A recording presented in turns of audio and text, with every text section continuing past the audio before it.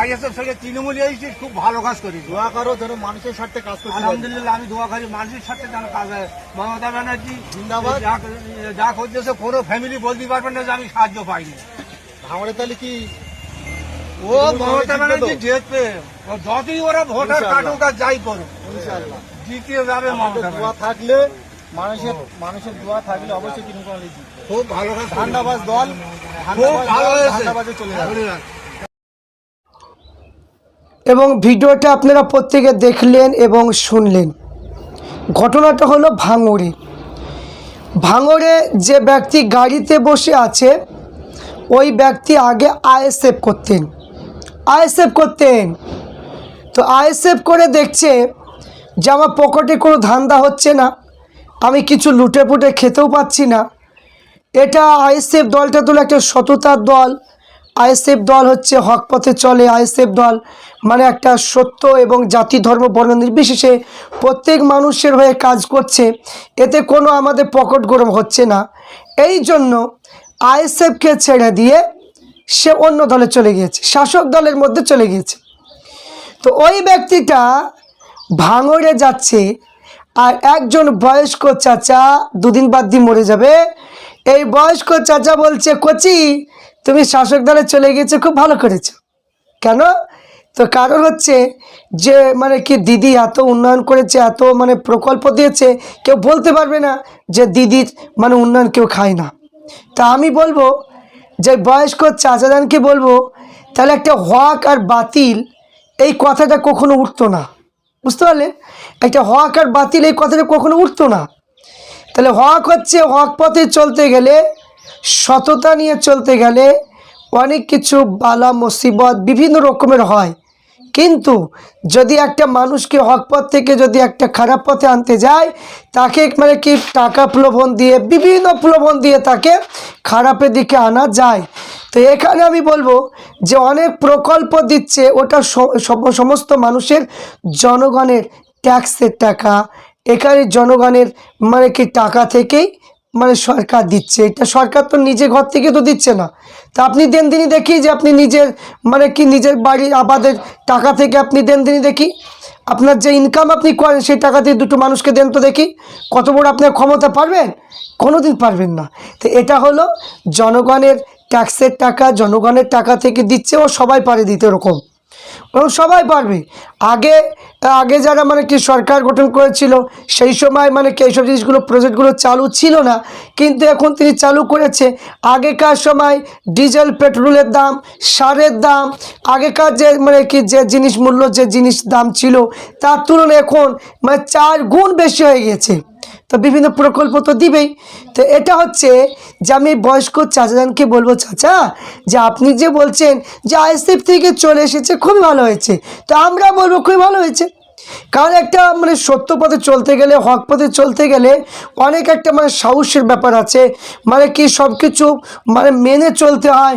আর একটা মানে কি বালি চোর, মানে কি যে বালি চোর, তারপরে হচ্ছে পাথর চোর, মানে কি চাকরি চোর, এই যে বিভিন্ন যে একটা আমরা খবরে শুনতে পেয়েছিলাম না, গদি মিডিয়া বলছিল বিভিন্ন চোর চোর চোর বলছিল।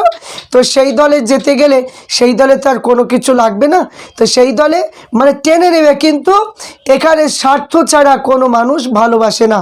তাই এখানে স্বার্থর জন্য মুসলমানকে মানে টেনে নেবে যাতে ভোটটা হয়, মানে ভোট যে কোনো হয়ে যাবে, তখন তোমাকে আমি আর চিনি না, তুমি কে, এই তখন এই পরিচয়টা পাবেন, এই পরিচয় পাবেন। কারণ একবার লক্ষ্য করুন শেখ শাহজাহানের দিকে, বিশাল বড় ডন সন্দেশখালিতে, যেই না তাকে পুলিশে গ্রেপ্তার করেছে দুর্নীতির জন্য, এখন তার সঙ্গে আমাদের সম্পর্ক নেই, দলে বলে দিয়েছে তার সঙ্গে আমাদের কোনো সম্পর্ক নেই। তারপরে মানে কি যে মুকুল না পার্থ বেশ মানে ধরলো আরেকদিন যে শিক্ষামন্ত্রী ছিলেন, তার সঙ্গে কোনো সম্পর্ক নেই। কেন? মানে পুলিশে ধরেছে, গতি ফেসে যাব।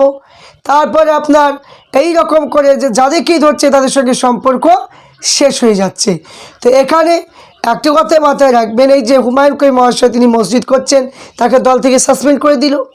এই যে মানে কি কাজগুলো আপনাকে প্রয়োজনে ব্যবহার করবে, প্রয়োজন শেষ হলে আপনাকে ছুঁড়ে ফেলে দেবে। কারণ ভাঙড়ে উদাহরণ একটা দিই, আরাবুল কায়জার কি অন্যায় করেছিল? আরাবুল কায়জার কি অন্যায় করেছিল আপনারা বলুন?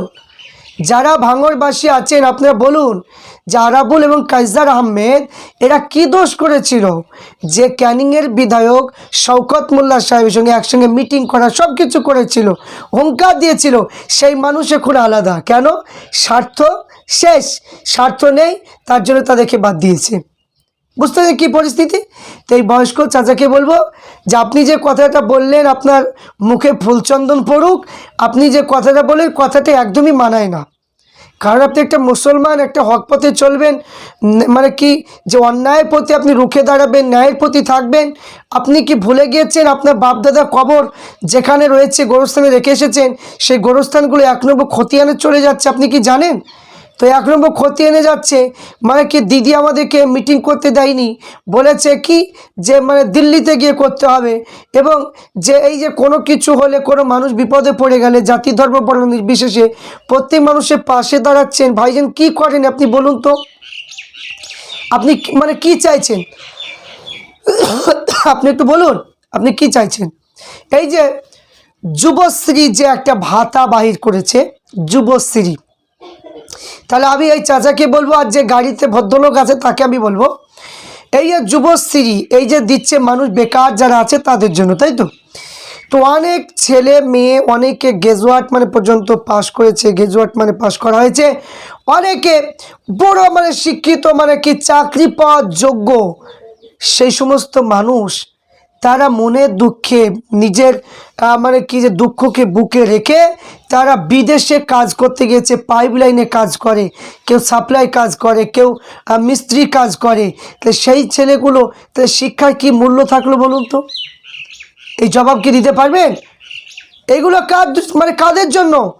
যারা মাধ্যমিক শুধু পড়েছে, চাকরির যোগ্যতা নেই, পড়াশোনা করেছে কিন্তু মাধ্যমিক পাস করে চাকরির যোগ্যতা নেই, তাদেরকে দিলে এটা ঠিক আছে। কিন্তু সমস্ত যারা চাকরি পাওয়ার যুক্ত, তাদের চাকরি দেওয়া হলো না, তার চাকরি পেলো না, তাহলে তাদের দুঃখগুলো কে মিটাবে বলুন তো? তা আমি বলবো যদি আপনার ঘরে যদি এরকম যদি ছেলে থাকে, তাহলে আপনি 1500 টাকায় আপনার সংসার চলে যাবে? আপনার এই লক্ষ্মী ভাণ্ডারে যে মানে 1500 টাকা দিয়েছে এতে আপনার সংসার চলে যাবে? সংসার যাবে না, বলুন হাত খরচাটা হবে, হাত খরচা। এই মানে 1500 টাকা নেওয়ার কারণে প্রত্যেকটা বাড়িতে দেখুন গা স্বামী এবং স্ত্রী দুজনের ঝগড়া হচ্ছে, স্বামী স্ত্রীর মধ্যে ঝগড়া যে আমি দিদি চাই কারণ আমার দিদি 1500 টাকা দিচ্ছে, তোমাকে চাই না। স্বামী স্ত্রীর ঝগড়া হচ্ছে, এটা ঝগড়া বাঁধানোর টাকা, এটা বুঝতে পারলেন? তো ঝগড়া বাঁধানোর টাকা দিয়ে কোনো কাজ হয়নি, হবে না। তো কিছু কিছু মহিলা আছে এরা নিজের স্বামী যে ভরণ পোষণ করলো, সারা জীবন করছে, মানে স্বামীকে মানে কি ছোট করে দিদিকে বড় করে বলছে দিদি আমার 1500 টাকা দেয়। তো দিদি মানে 1500 টাকা দিচ্ছে, তাহলে সংসারে 1500 তোমার কাপড় চুপুর মানে কি সব কিছু হয়ে যাবে? কোনো দিন হবে না, অসুখ বিসুখ সব কিছু হবে না। তাহলে এখানে স্বামীর জায়গায় যে মানে কি সরকারের মানে কি প্রকল্প সরকারের জায়গায় থাকবে। তাহলে এখানে আমাদেরকে একটা প্রতিজ্ঞা করতে হবে যে আমার প্রজন্মের যে সন্তানগুলো আছে তাদের স্কুলে পড়াশোনা কেমন হচ্ছে, সরকারি স্কুলে পড়াশোনাগুলো কেমন হচ্ছে, সাব সেন্টারে পড়াশোনা কি হচ্ছে, রাস্তাঘাটে কি হচ্ছে, মানে চাকরি বাকরি হচ্ছে কি না, তারপরে মানে মুসলমান ওবিসিগুলো কি হচ্ছে, তারপরে মানে যে রাস্তাঘাটে মুসলমানকে অপদস্থ করা হচ্ছে, মারপিট মারা হচ্ছে, মেরে দিচ্ছে, মুসলমান অনেককে বেইজ্জতি করছে, সেইগুলো আমাদেরকে নজরে রাখতে হবে। সেইগুলো যাতে না হয় সেইগুলো আমাদেরকে দেখতে হবে। তাই আমি এখানে বলবো ওই ভাঙড়ের ওই ব্যক্তিকে বলবো যে আপনার কথায় কোনো ভাঙড়বাসী কোনো কানে নেবে না। ভাঙড় এবং ক্যানিংবাড়ি সদরের মানুষদেরকে বলবো যারা আমার ভিডিওগুলো দেখেন প্রত্যেককে বলবো এই সমস্ত মানে কি যে চুটকি ফুটকি নেতা এদের কোনো দাম নেই, এদের কথা শুনে আপনারা কেউ বিভ্রান্তির মধ্যে পড়বেন না। একমাত্র আপনাদের পাশে থাকবেন যে পিজে নওশাদ সিদ্দিকী ভাইজান, তাই তিনি মানে কখনোই কারো কাছে মাথা নত করেনি, কারো কাছে বিক্রি হয়নি। তাই এই ভাইজানকে আপনারা শক্ত করবেন, 2026 অবশ্যই আপনার পাশে থাকবেন, আপনাদের উপকার